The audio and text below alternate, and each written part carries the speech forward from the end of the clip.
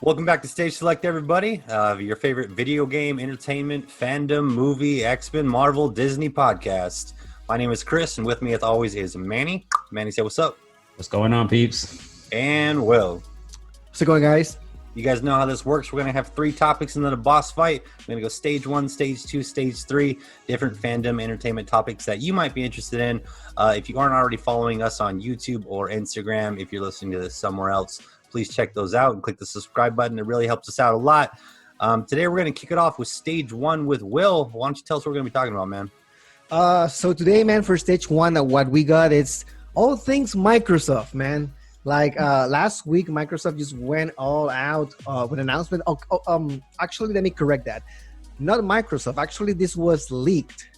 According to some news sources, basically the console prices were leaked. We're looking at 2 consoles. This is going to be released. Series S for $299 and Series X for $499.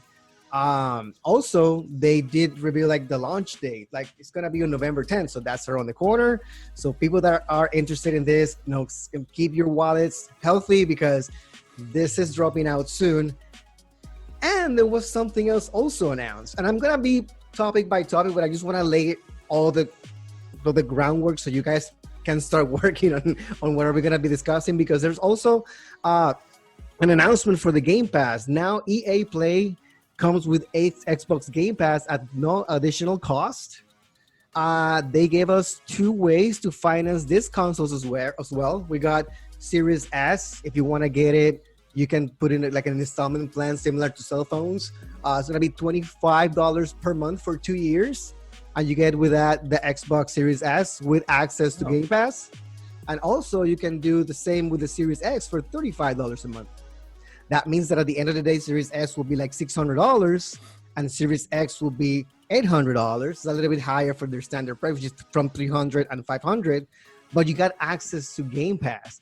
And let me tell you, man, Game Pass is an insane good deal. It's amazing. We're talking about pretty much more than 100 games, most of them AAA. Netflix type of subscription. You download, play, you're done, it's out.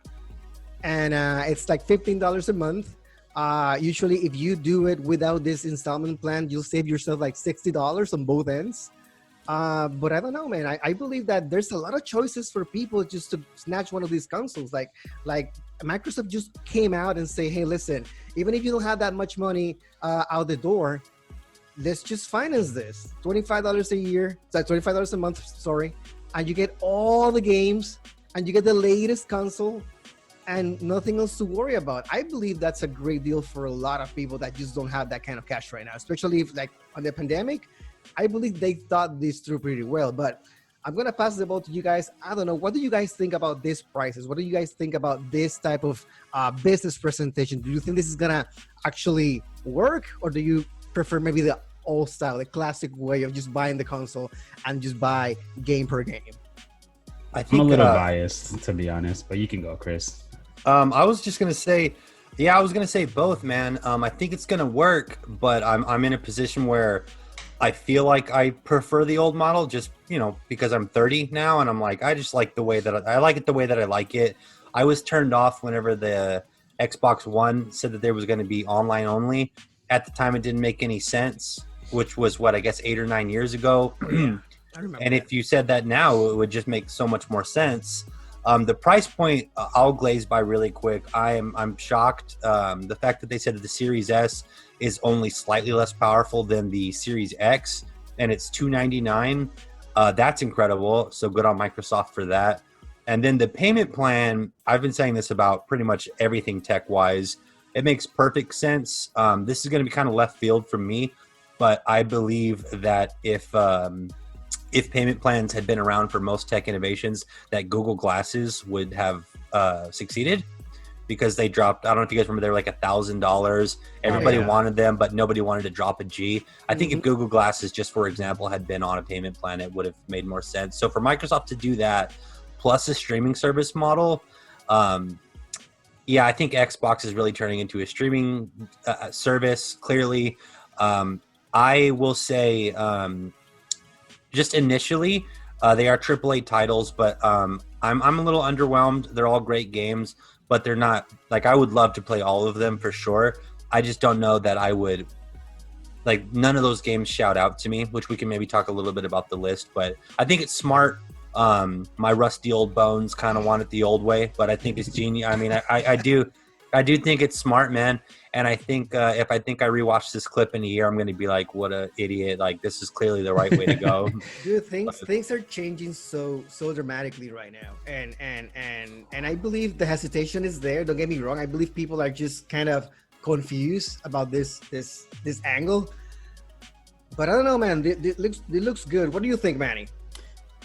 I'm a little biased, and I think mainly more is because I don't know. I think it's just like one part of the brain for me. It's just I prefer PlayStation more than Xbox. But I mean, in terms of the value sense, I mean, it partially sold me when it came to you get a cheaper Xbox, pretty much as close to the big heavy duty console that's coming out, the Big Brother, for a lot less, and then you also get later on these badass like games that they're incorporating. Like one of those games kind of sold me a little bit, but I would say I would take it more as a value later if they incorporate a lot more development companies like Ubisoft, Rocksteady,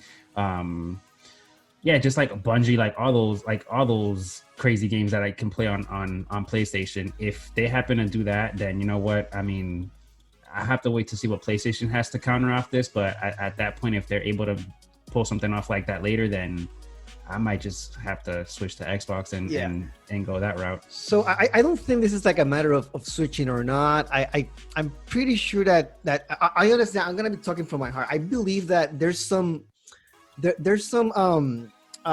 like trauma with the previous console generation. The reason why I think that way is because we know that Microsoft kind of tried to burn us back in the day with their online only. You cannot trade games.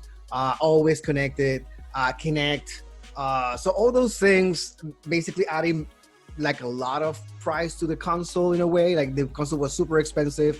There wasn't a lot of anti-consumer policies. There was a lot of like things that PlayStation just capitalized on and dominate. Yeah. Because they basically were like, no man, I mean, look how we trade games. Here you go. So like they burned Microsoft really bad, and I believe gamers still feel that.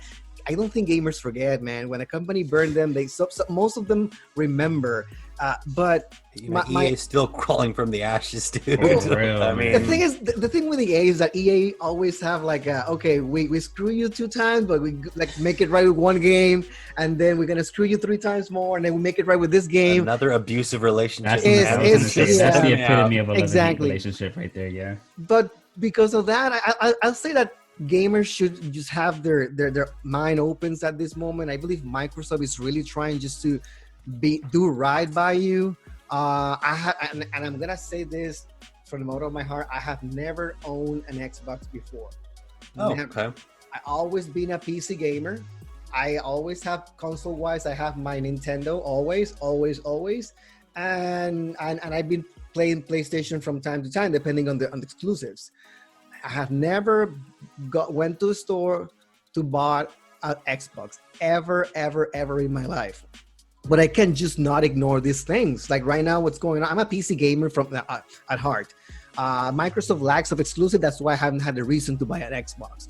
But right now, with the Xbox Game Pass, they offer me 100 games that basically high quality games for $5 a month. That to me is really hard to pass. I mean, I'm a firm believer of the Netflix, Hulu, Disney Plus type of service. You pay streaming service, you watch as much as you want for a monthly price. And I believe this is the future of gaming. This is a Netflix for gamers. I believe Gamefly 2.0. Yeah, isn't Gameplay still around? Exactly. That's what I'm saying. That's gonna disrupt them at that point. It's just bye guys, like pack your stuff. Game Pass is like so they're trying everything to make people not to buy I believe it's not so much about the consoles. It's just get in our ecosystem. Just get in there. We have you in our ecosystem. That's all we want. And that's our business moving forward. So I think a lot of just off your point, I think a lot of people forget that Xbox is Windows, which is PC. So I mean, when we talk, like you talk about being, you know, a PC gamer, which, you know, so am I, and so are I'm sure most of the listeners or some of the listeners or whatever. Yeah, I mean, if Windows gets a title or Xbox or whatever, they can just say, hey, you know, this is, you can play it on your PC for same thing you were saying, $5 a month. You get Halo on your PC. You want to go downstairs and play it on your Xbox? Go ahead. Like, I think they've been out of the console war since years ago. I mean, I think this was always the plan for Xbox. I think they saw PlayStation as too much of a threat with some exclusives, or because they have Windows operating system that they just didn't care. They were like, okay, well, we'll go streaming, and PlayStation and Nintendo can battle it out. I believe management view changed. Like they changed their way. I believe they with a lot of introspective thinking, and I believe they were looking into ways to differentiate themselves from Sony. Because let's be honest, at some point, if you cannot catch up, you have to reinvent yourself. I believe Nintendo has been doing that for years, and I believe that's why Nintendo is so successful, because they kind of, I mean, Nintendo cannot say I never was in a console war, because that's lies. They've been in console wars for decades. They were with Sega, and they were like, and they were with PlayStation and Xbox at some point. But what they did was, our systems are not getting adopted as fast as these guys, and we're not growing as much.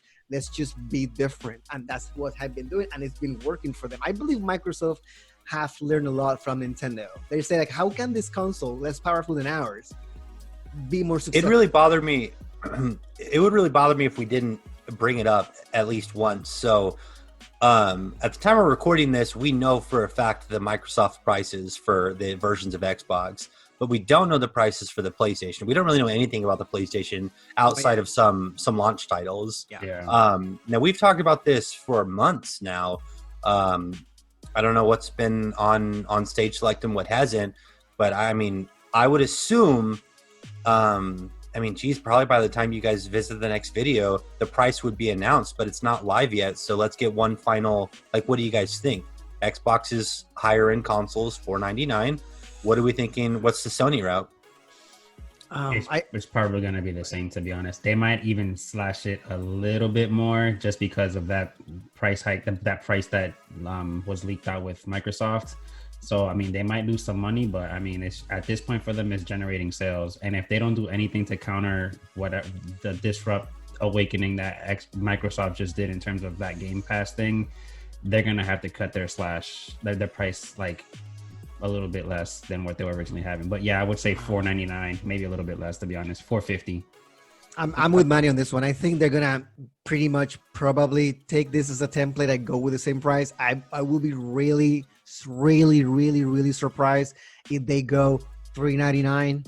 I mean, I'm not saying impossible, but I will be really surprised. I actually believe that PlayStation is so cocky right now that they could go $599. Yeah. But again, I'll say $499 for sure.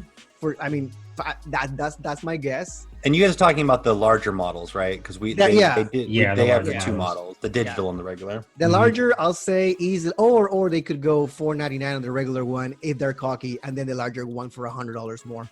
Because again, I'm saying that I believe that PlayStation is gonna sell. Doesn't matter. Like people in their minds know the exclusives that are come out, and they're pretty much sold. And I believe that has to do with all these years of console wars. PlayStation has always been in front. So I believe people are just ready to just upgrade my console instead of, let's see what's out there. Because let's be honest, PlayStation overall did not do wrong to the fans.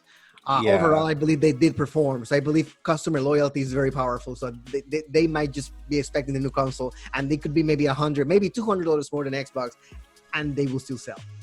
That's what I wanted to say before I spoke on what I think maybe the price point would be is, I'm sure anybody that's, maybe arguing along with the screen or whatever is wondering if we're like all Sony fanboys or whatever it is. And I don't think that's the case.